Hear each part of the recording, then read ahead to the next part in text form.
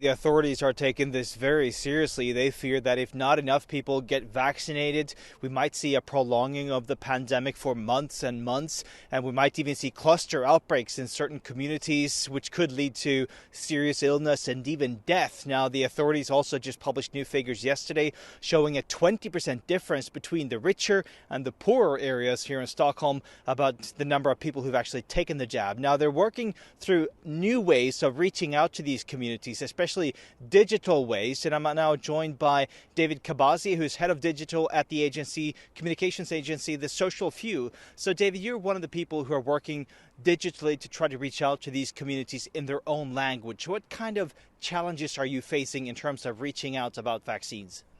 Actually, we don't find any challenges of reaching out with the vaccine. There are new technical ways of reaching out, especially through social media.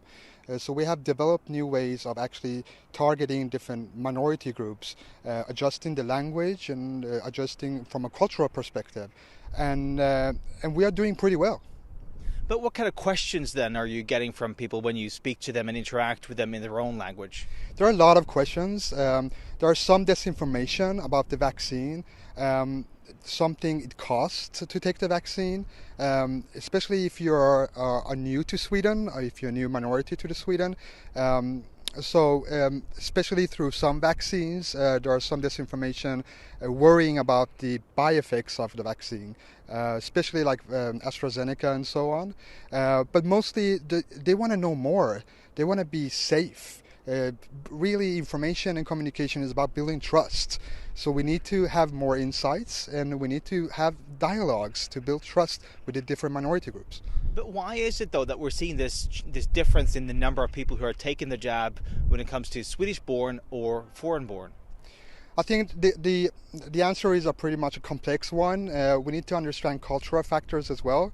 But basically, it's not having trust to the different authorities.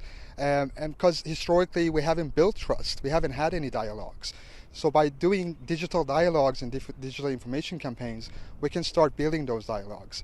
So we can have dialogues in time before the crisis and know the process and having strategies when there is a crisis.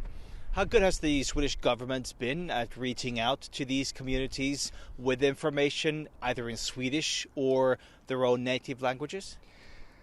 Well, I think they have done a very good job reaching out with the Swedish majority groups, but not really that well with the minority groups. I mean, of course, they have tried in different ways, but this is a very new technological innovation. It's been around for maybe 2 or 3 years. So it has to do about knowledge of how to use this innovation or the methods. They can be better, of course. Yeah. So David Kabashi, thank you so much there for your time here on Euronews. So basically reaching out to these immigrant communities in their own language, that's one of the key tools that the Swedish government is now using to try to reach out with correct information about the jabs and to try to avoid disinformation that's sort of floating around out there.